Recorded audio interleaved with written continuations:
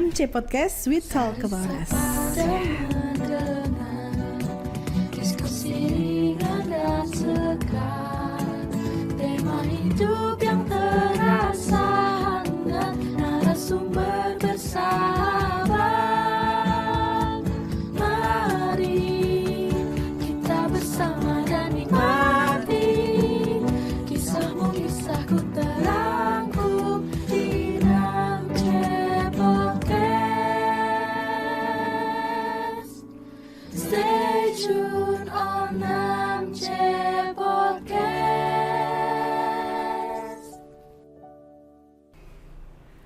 Halo Sobat Muda Wijaya, bertemu kembali bersama saya, Madam Arni, dalam acara yang akan membahas seputar problematika remaja bersama narasumber yang keren dan kompeten.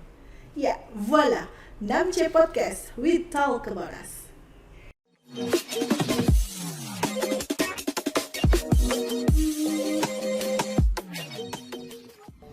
Stay tuned on 6C Podcast. Pada kesempatan kali ini, 6C Podcast berkolaborasi bersama Badan Siber dan Sandi Negara. Sudah hadir di antara kita ada 3 narasumber dari Badan Siber dan Sandi Negara. Ya, ada Mas Nurul Hasani dari beliau adalah analis kebijakan muda pada Direktorat Proteksi Ekonomi Digital BSSN. Kemudian ada saya panggil Bang gitu ya, Bang Rickson Gultom. Ya, Beliau adalah sandiman muda pada Direktorat Proteksi Ekonomi Digital BSSN, dan Mbak Ayu Pustikasari. Beliau juga merupakan sandiman muda pada Direktorat Proteksi Ekonomi Digital BSSN. Apa yang akan kita bahas pada edisi kali ini? Yuk kenalan dengan BSSN, nguliks dulu, baru ngekliks.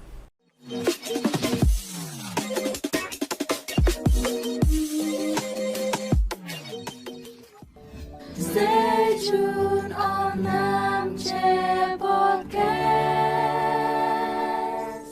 Oke, Mbak Ayu, Bang Gultom, dan Mas Nujul, kita kenalan dulu nih ya dengan BSSN. Apa itu BSSN? Singkatan dari Badan Siber dan Sandi Negara. Apa itu siber, apa itu sandi negara, kemudian bekerjanya di bawah siapa, dan tupoksinya itu apa? Ini biar kelihatan wajah gantengnya kita buka dulu itu. Iya, Sudah sesuai prokes ya? Iya, yang untuk Oke. kepentingan siaran. Iya, betul. Saya mulai dulu ya, Iya, boleh, silakan.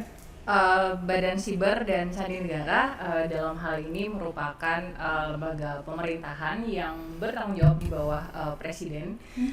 Kemudian kalau kita lihat dari kata singkatannya BSSN, itu kepanjangannya dari Badan Siber dan Sandi Negara. Itu tugasnya adalah untuk menangani terkait dengan keamanan siber dan sandi sebenarnya.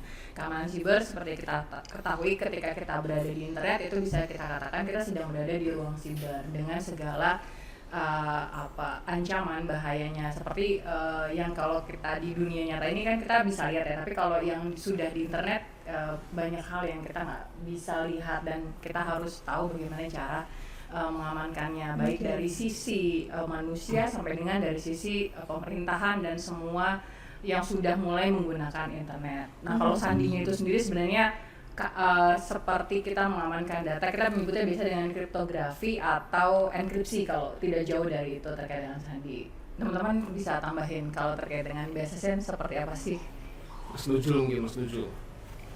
Ini pakai headset modem nih biar komputer. Iya. Oke. Lebih nyaman ya pakai headset. Mungkin tadi udah sekilas disampaikan Mbak Ayu tentang tupoksi. Mungkin saya nambah tentang tupoksi. Nah, kalau tentang tugas utamanya sendiri, sama dari namanya, Badan Siber dan Sandi Negara. Jadi kita menjalankan tugas pemerintahan di bidang keamanan siber. Soalnya kalau siber itu aja kan luas ya, tentang infrastrukturnya segala macam, SDM-nya. Nah, kalau BSSN fokus di keamanan siber dan sandinya sendiri. Kode ya? Iya.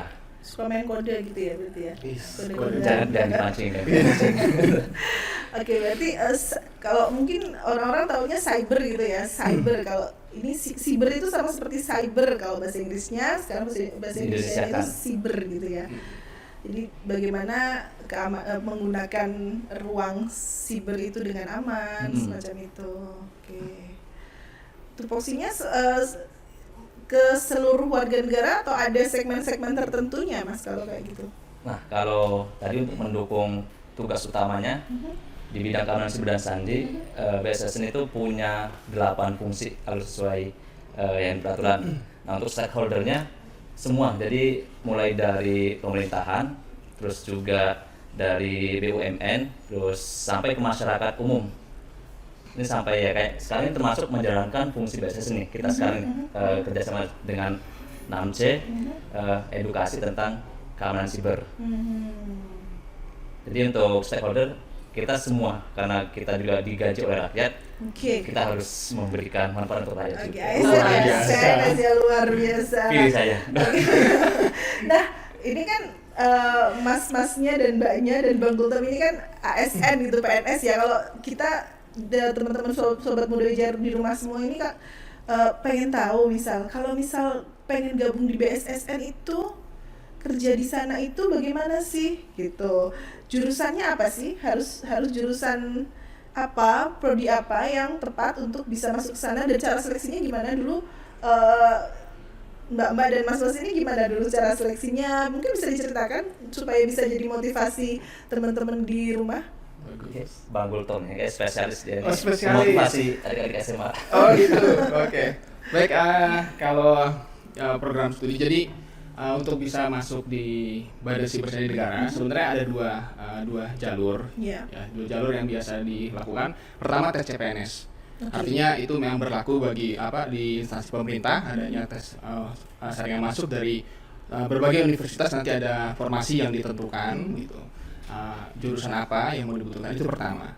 Yang kedua itu dari kita punya sekolahnya. Jadi Badan Siber Sandi Negara itu ada sekolah khusus. Ikatan dinas gitu. Sekolah ikatan dinas, namanya dulunya namanya Akademi Sandi Negara.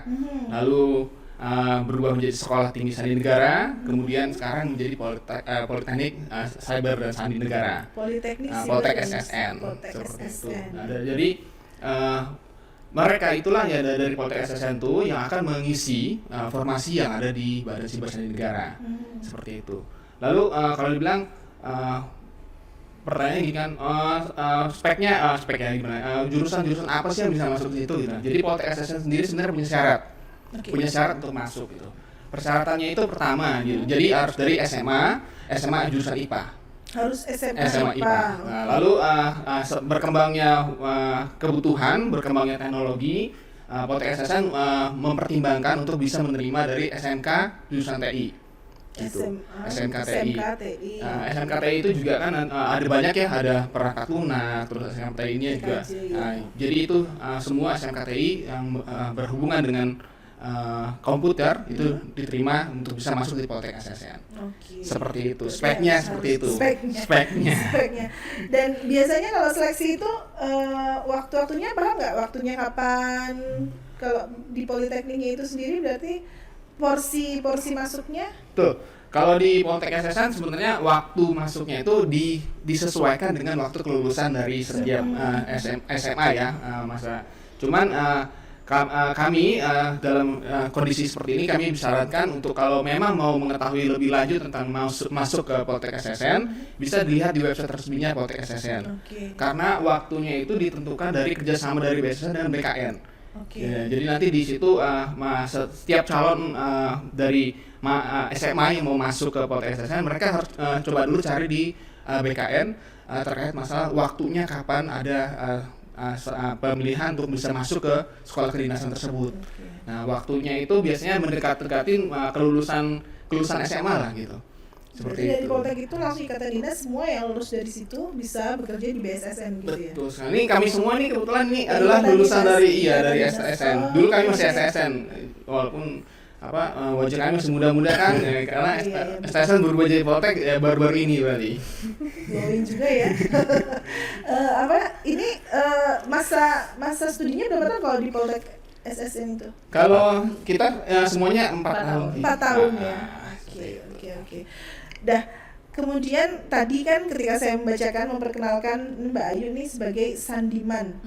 Mas Bang Gultom juga sebagai saniman. Apa sih sebenarnya profesi atau apa ya pekerjaannya ya, kalau mudahnya seperti itu ya, tugasnya apa sih seorang saniman itu? Nah mungkin Mbak Ayu nih, karena kita berdua nih saniman nih Mbak Ayu. Dan Utamanya ya, Madam ya. bukan sandiwati ya Sobat Muda Wijaya ya, tetap sebutannya sandiman gitu. Sandiman. Dan kalau Mas Nujul ini analisis kebijakan. Nah, Analis kebijakan. analis kebijakan. Apa saja tupoksinya nih dari kedua profesi ini? Mungkin cerita yang sandiman dulu kali ya, Oke, Madam oke, ya. boleh. Jadi kalau sandiman itu sebenarnya karena kita punya tugas dan fungsinya nggak jauh dari keamanan siber dan sandi ya, kita tugasnya juga untuk di dua ranah itu. Jadi dari terkait dengan cybernya, dari mulai kita melakukan identifikasi seperti dengan proses bisnis yang ada di BSSN itu sendiri. Kita mencoba untuk mengamankan dari hulu sampai dengan hilir, dari mulai proses identifikasi supaya kalau jangan sampai kita sudah memperkirakan kemungkinan akan terjadi hal ini gitu. Apa yang harus dilakukan. Nah, yang melakukan ini adalah orang-orang yang kita sebut dengan jabatan fungsional tertentunya, kita sebutnya di sandiman. Nah, pembinanya memang pembina jabatan fungsional tertentu ini, si sandiman ini ada di BSSN sendiri. Jadi sebenarnya tapi untuk sandiman ini nggak hanya di BSSN, ada juga di instansi lain yang bergerak atau mempunyai tugas untuk mengamankan cyber dan sandi. Pasti ada teman-teman dari sandiman yang punya JFT sandiman itu sendiri. Nah, tadi saya lanjut ke dari mulai hulu sampai hilir, dari mulai deteksi, kemudian ketika kita sudah mengetahui ada ancaman ini, ada risiko ini, lalu bagaimana kita mengamankannya, itu mulai kita baru ke proteksi. Nah, manusia boleh berusaha gitu ketika kita sudah melakukan banyak hal untuk mengamankan, baik dari sistem, kemudian dari personilnya juga kita berikan literasi, termasuk salah satunya kita melakukan kegiatan yang nanti kita lakukan di Jogja ini. Kemudian ketika sudah terjadi ternyata tetap terjadi insiden, karena bagaimanapun tetap ada risiko untuk terjadi insiden. Nah, ketika terjadi insiden apa sih yang harus dilakukan? Kemudian yang kita lakukan adalah penanggulangan pemulihan, bagaimana kita memitigasi insiden itu sendiri sebenarnya supaya insidennya tidak meluas, itu yang pertama kali kita lakukan. Nah, tahapan itu sebenarnya apa saja detail teknisnya, nah teman-teman sandiman yang melakukan itu, gitu sih Madam. Oke, saya fokus ke insiden ya. Insiden di dunia siber itu bisa dijelaskan nggak secara awam gitu? Apa saja sih yang bisa disebut dataku ini misal seperti itu, misal data bocor atau apa? Kalau orang awam kan taunya cuma seperti itu. Apa saja sih yang bisa disebut dengan insiden di dunia siber itu? Salah satu tadi yang Madam sampaikan itu memang kita sebut dengan insiden. Jadi ketika terjadi pencurian data gitu, yang kita itu sama aja dengan terjadinya insiden. Apalagi sih yang terkait dengan itu, misalnya ternyata sistemnya tidak berjalan, ternyata servernya diserang, jadinya nggak bisa berfungsi sebagaimana mestinya. Jadi yang harusnya tadinya bisa berjalan, segala fungsinya sesuai dengan apa yang diperuntukannya suatu perangkatnya gitu, ketika itu tidak berfungsi atau jadi malah ada gangguan dan atau malah rusak gitu, itu sebenarnya kita bisa sebut, itu maksudnya istilah mudahnya kita bisa sebut dengan insiden. Gitu ya. Nah, kalau analis kebijakan gimana ini Mas Nujul? Oke, ya. Jadi kan tadi mungkin mundur dikit terkait sama tugas pokok dan fungsi BSSN. Salah satu fungsinya itu adalah merumuskan kebijakan di bidang keamanan siber dan sandi. Nah, jadi kan dari sana udah ada tuh kata kebijakan. Terus juga kita kan hitungannya tim di satu organisasi. Mungkin tadi kalau Mbak Ayu menjelaskan tentang fungsional sandiman, mungkin porsinya lebih banyak ke teknis. Jadi kayak ya IT segala macam gitu kan. Nah, kalau yang analis kebijakan, kita tugas utamanya adalah melakukan analisis dan kajian kebijakan. Dan dia adalah statusnya sama, merupakan sebuah jabatan fungsional sama kayak sandiman. Terus tadi tugasnya melakukan analisis dan kajian kebijakan, karena kita ada di BSSN, maka kita yang temanya yang relate sama BSSN. Entah itu norma kebijakan, prosedur atau kriteria. Nah, itu kan salah satu beberapa jenis kebijakan kita lakukan analisis dari kebijakan. Terus analisis kebijakan, kalau tadi sandiman, instansi pembinanya adalah BSN sendiri. Nah, kalau analisis kebijakan, instansi pembinanya adalah LAN, Lembaga Administrasi Negara. Itu ya, jadi ini yang menganalisis apa saja yang bisa dilakukan, ini eksekusinya di sandimannya itu gitu ya. Dan mungkin nambahin sedikit Mbak, kalau di BSSN pun selain sandiman, analis kebijakan, ada juga di kepegawaian, ada analis kepegawaian, terus juga mungkin di bagian keuangan. Ya namanya kan kita tim ya. Jadi walaupun Sandiman mungkin yang paling BSSN banget, tapi tetap kita teamwork juga, yang lain saling membantu. Oke, gitu ya. Berarti memang tupoksinya terutama Sandiman itu harus berhubungan dengan cyber, coding dan segala macam ya, harus jago coding ya berarti ya kalau ada di Enggak juga. enggak juga ya. Jadi kalau jago coding semua nanti gimana? Maksudnya yang kan banyak aspek yang perlu di bagaimana nyusun strateginya, Oke, misalnya oh iya, arsitekturnya seperti itu sih, Oke, Madam. sip. Nah tadi ada istilah yang diperkenalkan sama BSSN, ada kliks. Nah, kampanye literasi keamanan siber. Apa itu? Kliks. Tadi kan di awal ada nguliks dulu baru Baru kliks kliks. gitu kan. Nah, apa itu kliks?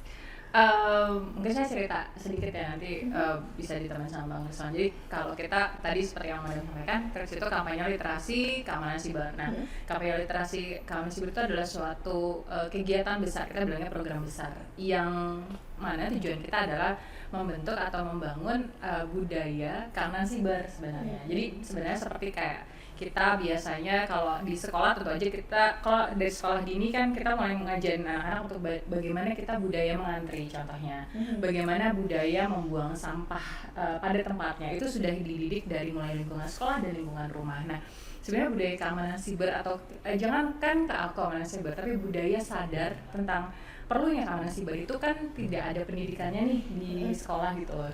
Nah, sedangkan kita dihadapkan kepada dunia yang berada di dunia nyata dan kemudian ada di ruang sibernya itu sendiri yang kita di kasat mata atau tidak lihat, tapi sebenarnya dua dunia itu sudah campur menjadi satu gitu. Nah, sebenarnya kita maunya masyarakat Indonesia sudah mulai sadar bahwa perlu loh budaya keamanan cyber, karena kita berinteraksi dengan gadget kita, kemudian kita berinteraksi dengan internet, payment sekarang udah semakin canggih, baca berita aja di internet gitu kan. Nah, kalau kita tidak sadar bahwa ada bahaya di situ, yang makanya kamu harus tahu bagaimana menjaga supaya kamu nggak kena bahaya itu. Nah, itu yang kita kampanye literasi itu program kita yang kita sebut, dan di dalamnya banyak sekali kegiatan gitu. Bang Rizwan, coba tambahin kegiatannya apa aja sih? Oke, jadi kalau saya ceritanya dari sejarah dulu dah. Nah, biar lebih seru kan. Jadi dulu awal mulanya itu pemikiran dari BSSN, bagaimana BSSN bisa, karena memang salah satu tupoksinya adalah melakukan literasi. Nah, bagaimana BSSN bisa masuk ke masyarakat. Nah, cuman permasalahannya kan kalau umpamanya biasanya kan kalau pemerintahan kalau melakukan literasi itu kan pasti kaku gitu kan. Kalau masuknya itu pasti memberi aturan, jangan ini, jangan ini, jangan ini, jangan ini. Akhirnya malah yang ada aturan dibuat untuk dilanggar. Nah, konsep yang diterapkan pada masa itu, pemikiran kita awal itu bagaimana kita membuat budaya. Budaya itu kan terbentuk dari kebiasaan. Nah, dari situ. Lalu terpikir nih, gimana sih caranya gitu loh, pemerintahan bisa masuk ke masyarakat. Nah, dengan adanya kegiatan kliks ini, kampanye literasi ini, nah di sini dia menggunakan cara-cara yang sangat-sangat deket banget deket banget sama masyarakat gitu. Jadi event kita itu biasanya kita menggunakan influencer, menggunakan artis. Kebetulan nih karena kondisi sekarang nih ya, teman-teman tahu sendiri semuanya yang di rumah ini lagi pandemi. Nah, jadi untuk event kali ini kita nggak terlalu membawa influencer ataupun artis kita, tapi biasanya kegiatan event klik itu kita membawa artis gitu. Dan jadi di tengah-tengah kegiatan-kegiatan yang seperti itu, nah kita memasukkan makna positifnya gitu. Bagaimana keamanan siber perlu ditanamkan sejak dini. Jadi kita mulai SD, SMP, SMA, bahkan ada kegiatan kita itu kalangan lansia. Coba Madam bayangkan, itu kakek-kakek, nenek-nenek itu menggunakan handphone, itu masih perlu kita literasi. Kenapa sih gitu kan? Biasanya ngapain lansia di literasi gitu kan? Nah, permasalahannya adalah orang-orang yang tua itu malah lebih sering menyebarkan hoax atau gosip. Itu yang jadi masalah. Dia baru dapat hal-hal yang kecil aja langsung nyebarin ke keluarga. Nah, itu sampai kita tuh memikirkan seperti itu. Dari mulai SD, SMP sampai lansia kita pikirkan, dan dengan cara-cara yang sangat santai dan menyenangkan. Jadi sedikit demi sedikit nih kita kasih tahu nih, password yang aman tuh segini gitu. Nanti lama-lama itu menjadi budaya, menjadi kebiasaan. Jadi secara nggak langsung nih teman-teman yang sudah kita literasi ntar tahu nih, bikin password, wah kalau saya bikin password cuma 5 ini nggak aman gitu. Itu adalah artinya dia sudah terbentuk.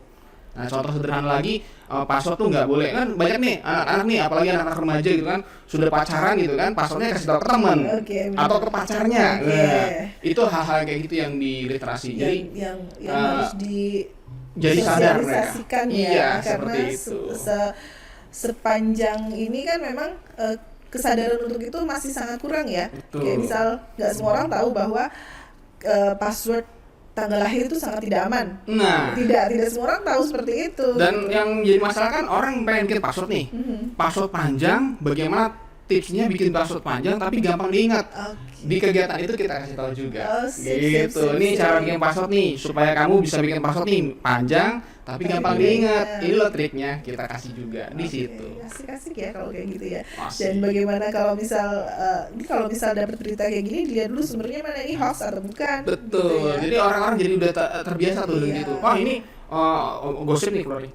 Ini hoax atau bukan nih gitu kan. Langsung dia secara nggak langsung sadar dia untuk cari tahu dulu kebenarannya. Makanya pakai kata-kata ngulik dulu. Ngulik kan kita Ngulik kalau ya, di- gitar nih apa yang main ini kan ngulik kan Ngulik nyari-nyari dulu dulu. ya. Nah, Cari ngulik tahu. dulu baru ngeklik Oke, atau ngeklik dalam artian jadi- share atau ini gitu. Jangan sembarangan ngeklik gitu. Jangan kayak sembarangan misal. klik. Karena- Betul. Oke sip.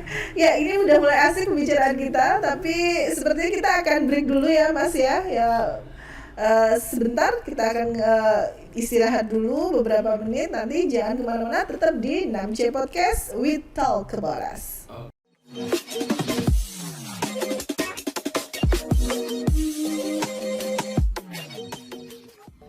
Stay tuned on Namche Podcast.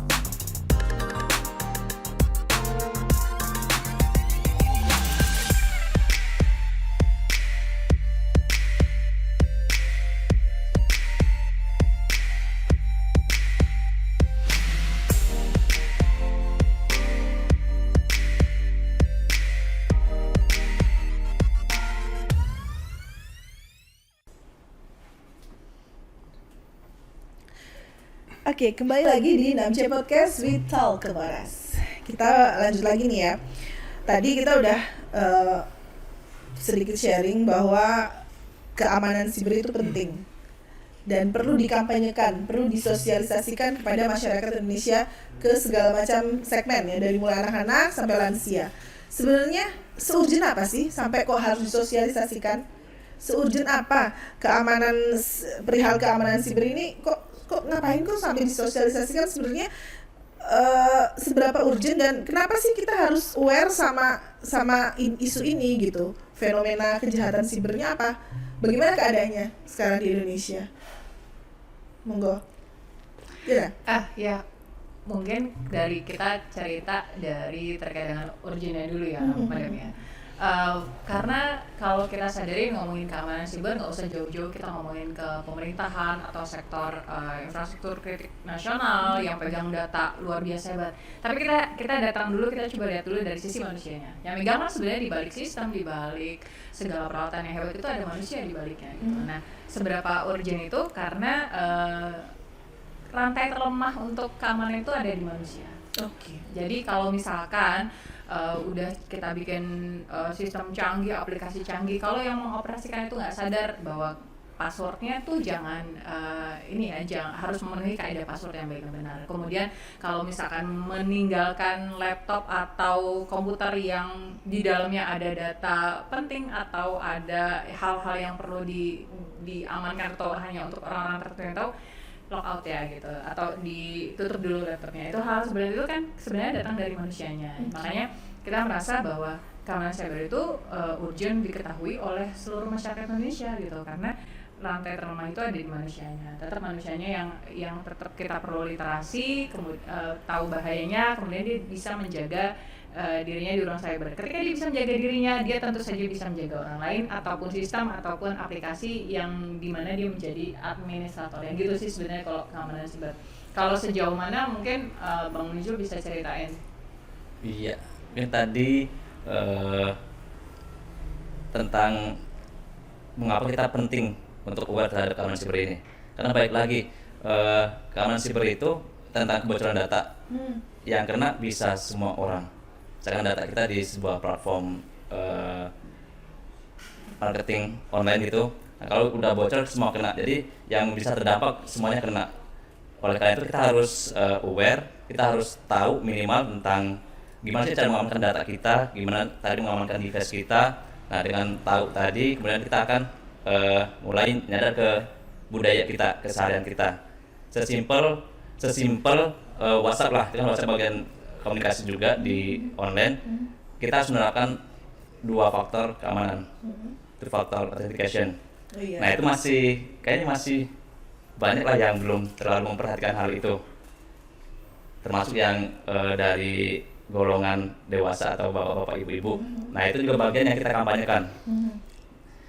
Kalau sudah sampai ke budayanya, ke orangnya, nah itu kita harapkan kita semua bisa menerapkan keamanan siber ini sampai ke praktiknya, nggak hanya sampai di teorinya, tapi sampai ke keseharian kita praktekkan tentang budaya keamanan siber ini. Jadi endingnya itu tujuannya ke budaya keamanan siber. Kalau Saya tambahin dikit kali ya, Oke, biar boleh, ini ya. boleh. Oke.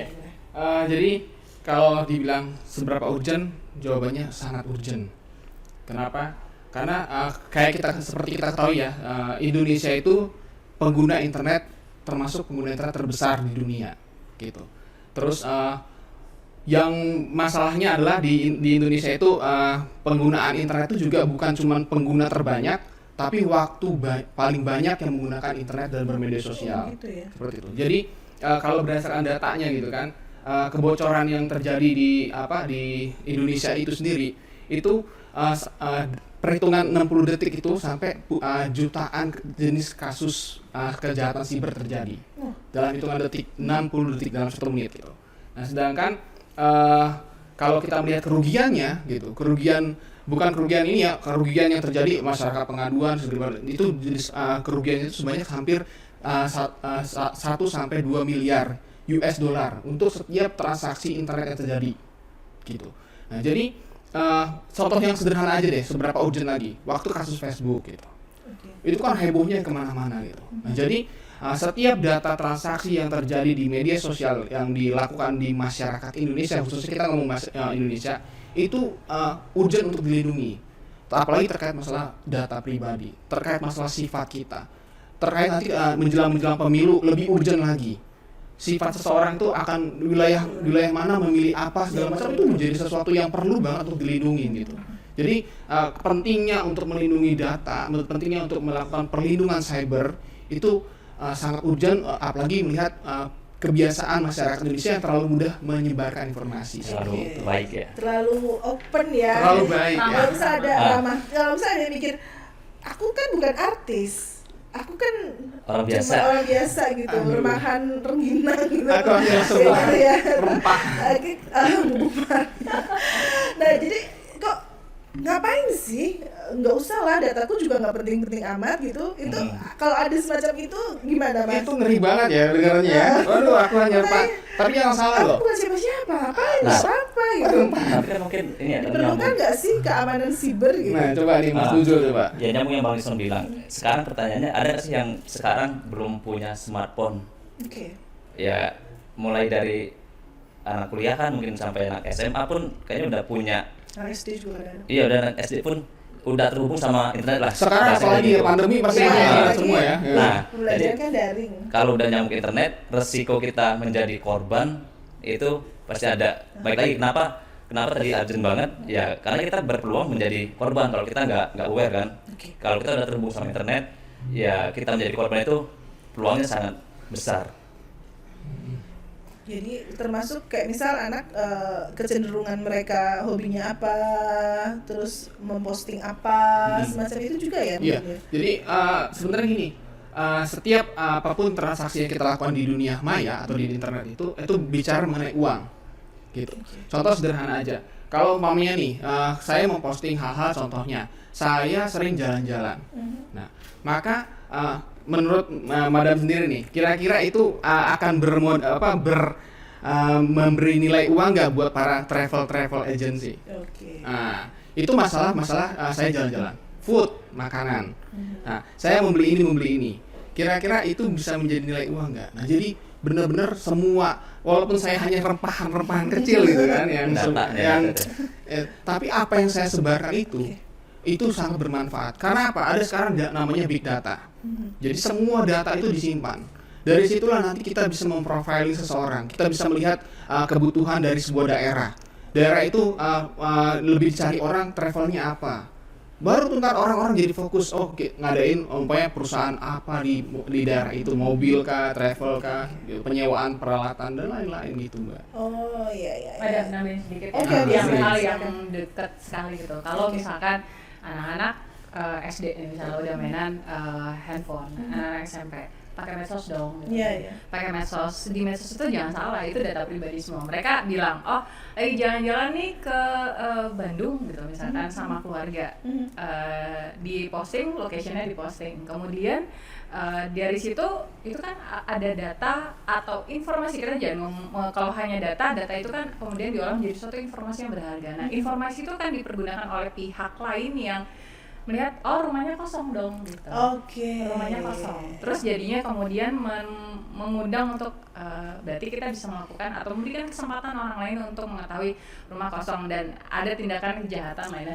Sesimpel itu. Jadi sebenarnya di data siapapun akan mengundang hal-hal lain, data itu sangat berharga. Jadi jangan pernah menganggap bahwa saya siapa gitu, tapi akan bisa merugikan kita sendiri dan sekitar kita. Oke, berarti siswa segmen SMA apalagi itu juga sangat perlu ya untuk memahami keamanan siber itu sendiri gitu ya. Betul gitu. Iya. Apa yang boleh di-share, apa Oke, yang apa tidak ya? boleh di-share. Tepat.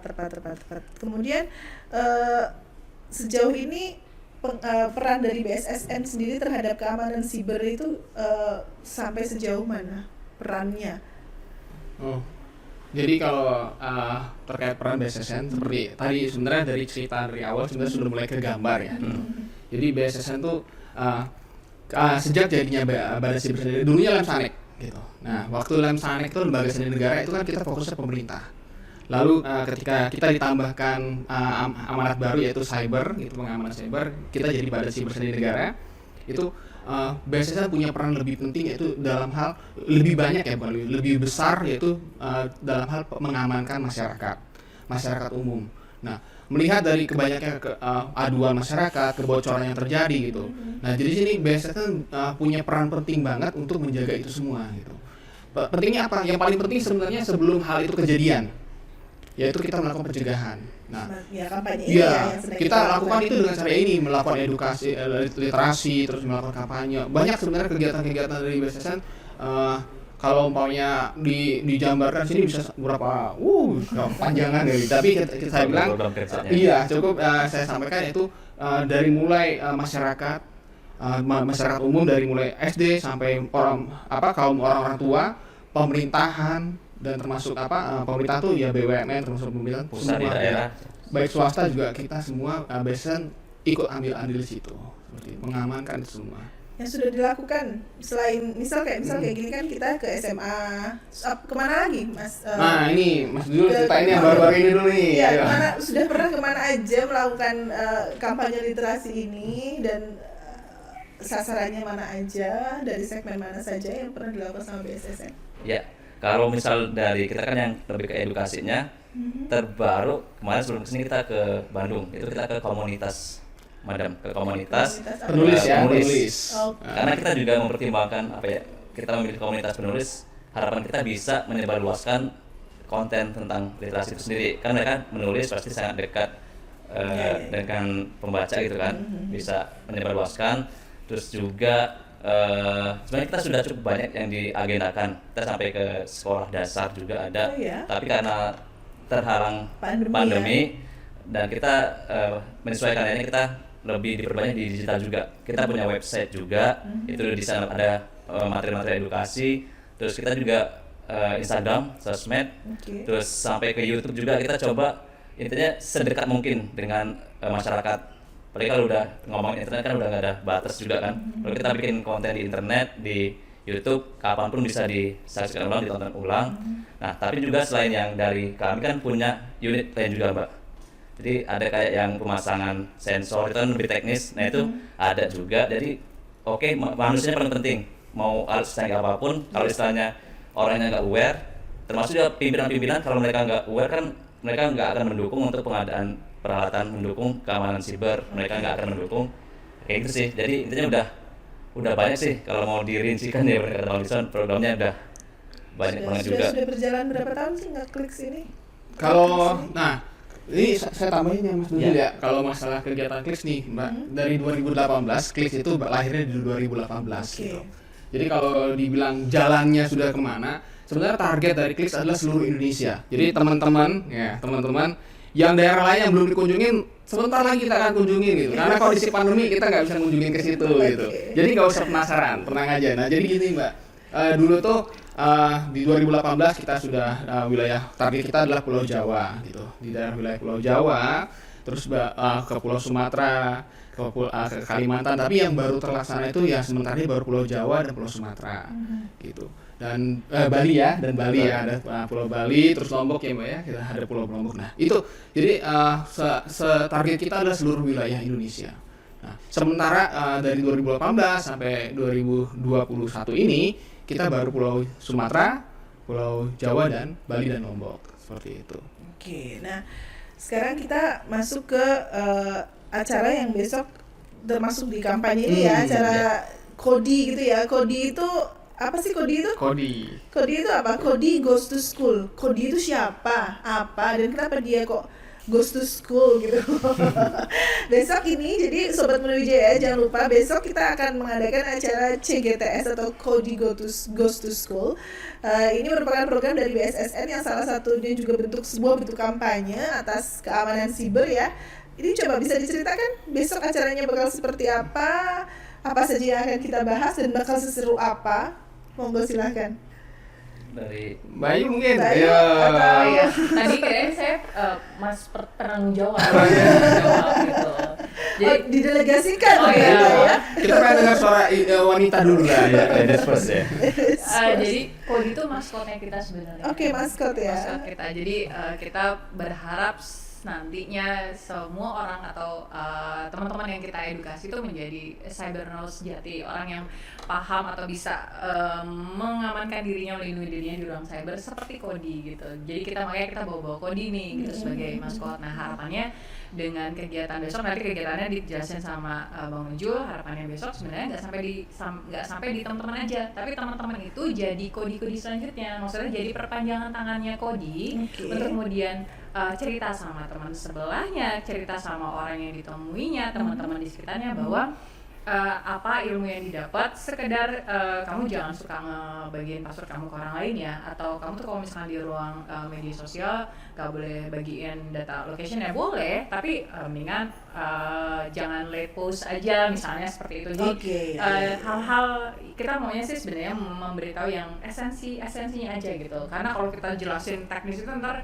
nggak habis nih dalam waktu setengah hari itu gitu. Nah cuma dari situ sebenarnya Kodi mau ngajak teman-teman nih yang besok ikut di kegiatan CGTS jadi agen perpanjangan tangannya Kodi, supaya kita nggak bisa datangnya semua teman-teman satu-satu, tapi kalau semua jadi agen, teman-teman akan menyuarakan lagi dan kita bisa mencapai budaya keseragaman siber dengan lebih cepat, percepatan budaya keamanan siber itu sih sebenarnya. Mas Uju mungkin ceritain besok kegiatannya.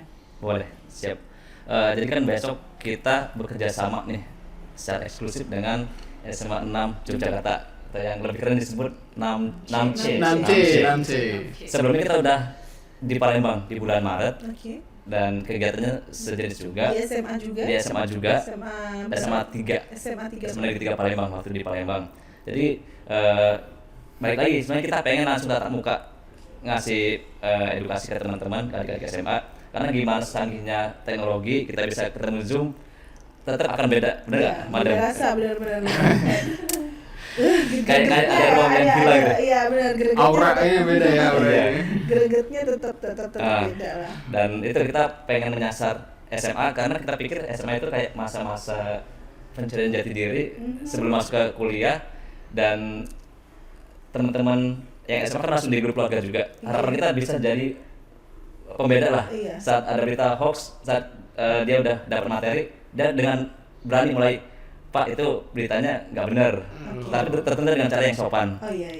Nah mungkin di SMA kan ada duta genre, Oke. kayak tahu kan saya macam-macam. Iya. Itu mungkin nanti next juga kita akan lebih rapihkan juga ya. Kita benar-benar pengen keterlibatan semua lapisan masyarakat. Ya itu sih untuk bareng-bareng membentuk budaya keamanan siber. Karena kalau kita sendiri nggak bakal sanggup dengan banyaknya Bakalan masyarakat. ada duta keamanan siber gitu ya nantinya, Nantinya. lanjutannya begitu ya, karena ya anak-anak SMA kan juga pengguna itu aktif, Iya. sangat aktif ya, Pengguna internet aktif, ya, betul. pengguna internet aktif, dan mereka bisa nggak lepas ini HP dari genggaman Tangannya ya. mereka selalu saja seperti itu. Tapi mungkin nambahin dikit Madam. Oh, boleh. Untuk besok itu acaranya umum loh, nggak hanya dari siswa-siswi Oke. 6C aja. Karena kita akan ada live streaming juga di YouTube List BSSN. Kemudian juga teman-teman yang mau ikutan bisa daftar dulu. Nanti ada survei keamanan siber supaya kita bisa memetakan juga seberapa jauh sih pemahaman tentang keamanan siber.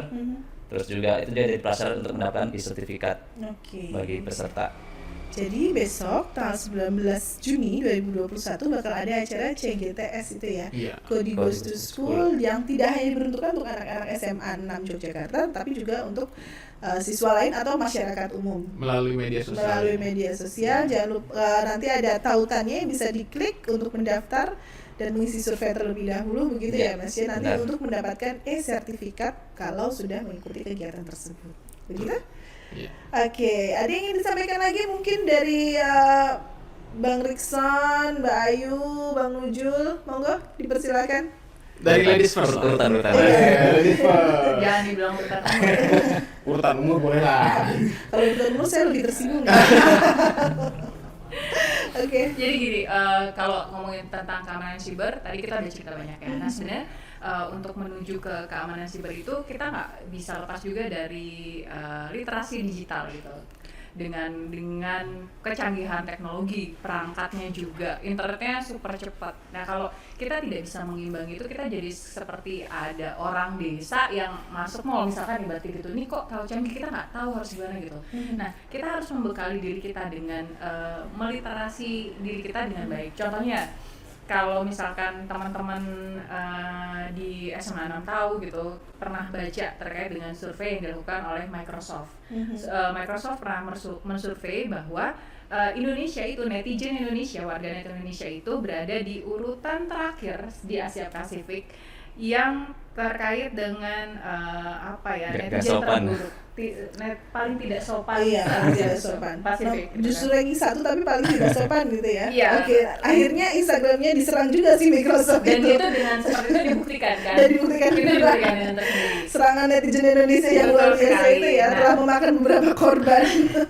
Nah sebenarnya dari situ kalau dari situ sih kita bersaran, maksudnya teknologi itu atau kecanggihan itu pisau bermata dua sebenarnya. Oke. Gimana kita bisa mempergunakan itu untuk hal yang baik, tapi juga kita bisa terjerumus di dalamnya. Nah teman-teman tuh harus mulai waspada gitu, ketika kita berada di ruang siber, kita nggak tahu di balik itu siapa. Bisa aja dia mengaku-ngaku sebagai si A, bisa aja kan kita nggak pernah ketemu gitu. Jadi kita selalu bukannya ngajarin untuk bernegatif thinking, tapi ketika kita berada di ruang siber, kita anggap aja di balik itu orang pakai topeng atau enggak gitu. Kita nggak pernah tahu gitu. Kita waspada, jangan udah terpercaya. Cek dulu. Maksudnya kita oke, tapi kita cari tahu kebenarannya. Kita harus verifikasi lagi. Jadi sebenarnya sama aja seperti kita di dunia nyata. Kalau misalnya kita kenalan beneran dia namanya itu, tapi kan kita bisa lihat. Nah kalau di dunia digital kan kita nggak bisa lihat gitu.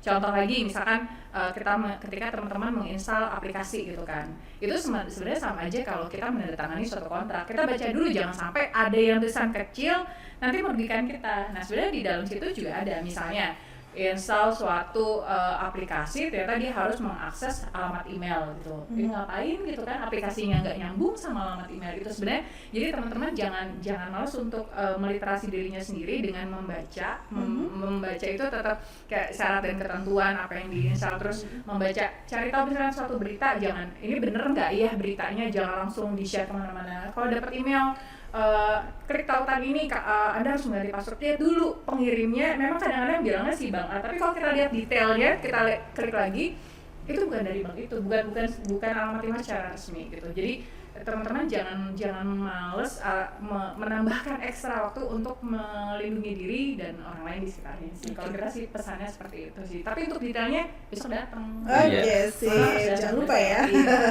Gitu. Teman-teman mungkin bisa tambahin. Iya. Kalau dari saya, kalau tadi kan pisau bermata dua karena ibu-ibu. Kalau saya pedang bermata dua kalau saya.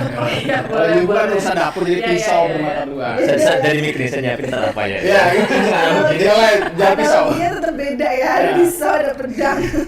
Kalau dari saya buat teman-teman semua gitu, keamanan itu nggak ribet gitu. Keamanan itu nggak membuat kita menjadi nggak nyaman, membuat kita nggak membuat kita jadi jadi kesusahan, enggak gitu. Ketika sesuatu itu sudah menjadi budaya, sudah sesuatu menjadi kebiasaan gitu. Nah, jadi ketika ada hal-hal positif seperti ini, teman-teman hadir. Jadi besok datanglah. Tetap ya pesan sponsor. Oh iyalah, ini promosi. ya tetap datang gitu kan. Jadi teman-teman biar tahu nih gimana sih saya tetap bermain dengan nyaman, bisa berinternet dengan nyaman, bermedia sosial dengan aman, tetapi itu sesuatu yang nggak jadi beban saya untuk melakukan pengamanan gitu. Contohnya saya tadi sisipkan sedikit nih ya, tambahan nih, password yang panjang. Kalau teman-teman nggak tahu triknya kan, bikin password yang panjang itu kan bikin pusing teman-teman gitu loh. Bagaimana teman-teman bisa menghafal password dengan kombinasi yang sangat ribet, itu panjang. Nah, di event-event seperti inilah, seperti Clicks BSSN ini, terus Kodigos to School ini, kita masih tahu tuh triknya. Jadi nanti teman-teman akan tahu bagaimana mengamankan diri dari dunia maya dengan cara yang sangat menyenangkan. Seperti itu. Keren. Dari Bang Nujul? Masih perlu kayaknya. Kampak bermata dua. Ya mungkin saya nambahin aja dikit. Jangan membuat kita jadi takut ya untuk berkreasi di dunia IT lah. Karena zaman sekarang udah nggak mungkin kita nggak main internet. Itu sudah dari kebutuhan sehari-hari. Dan mungkin untuk teman-teman 6C khususnya, ini kita juga mewakilin Poltek Siber dan Seni Negara juga. Ya. Pasti ada lah yang ketertarikan kuat di IT segala macam. Mungkin ini juga secara langsung bisa menumbuhkan motivasi. Wah, setelah lulus dari SMA 6C ataupun teman-teman dari sekolah lain, mau daftar ke Poltek SSN gitu. Terus masuk dari masyarakat umum, nggak perlu gengsi mengakuin kalau oh iya saya pernah nge-share berita hoax di grup keluarga. Yang udah cuman next kita harus lebih aware lagi, lebih baik lagi lah dalam dunia siber, harus lebih aman dan bermanfaat. Itu sih. Pesan sponsornya? Oh iya, besok besok jam 8.30 pagi kita udah live streaming di YouTube. Silahkan dikepoin di IG Clicks BSSN ataupun di boleh dipromosikan alamatnya? Iya, sendiri. Iya, kalau Instagram Clicks-nya @clicks.bssn. Terus juga atau bisa melalui BSSN sendiri @bssnri. Karena kita juga sebenarnya satu rumah lah, walaupun kita yang lebih santuy, kalau ke masyarakat kita lebih santuy lah. Kemudian anak muda ya. YouTube-nya berarti YouTube resminya BSSN ya? YouTube-nya di Clicks BSSN, kanal YouTube Clicks BSSN. Ya, jangan lupa ya Sobat Midojoy semua, besok bisa menyaksikan acara Kodigos to School. Iya. Terima kasih banyak atas kebersamaan kita pagi Terima ini. kasih. Saya juga banyak sekali pengetahuan yang bisa kita dapatkan ya. Ternyata tidak semudah itu untuk bisa mengamankan data, dan jangan macam-macam, jangan terlalu, kita harus aware gitu ya Bijak, terhadap, mungkin harus bijak ya. harus bijak, jangan terlalu membuka diri share yang segala. Nanti selanjutnya apa saja yang bisa dibuka dan apa saja yang bisa di-share dan tidak di-share besok kita akan bahas gitu ya. Harus datang, Jadi kalian bisa tahu mana-mana saja data yang perlu kalian share dan tidak, apa-apa saja yang perlu kita share di medsos dan tidak. Besok jangan lupa acara Kodi Goes to School. Luar Oke, biasa. terima kasih banyak untuk Terima kasih. kebersamaannya pagi ini, Terima Mbak kasih. Ayu, Sama-sama, Bang Iksan, Mada. dan Bang Makasih juga. Nujul. Oke, Sobat Muda Wijaya, sekian dulu 6C Podcast edisi kita kali ini. Berjumpa lagi di 6C Podcast edisi berikutnya. Tetap di 6C Podcast, we talk about us.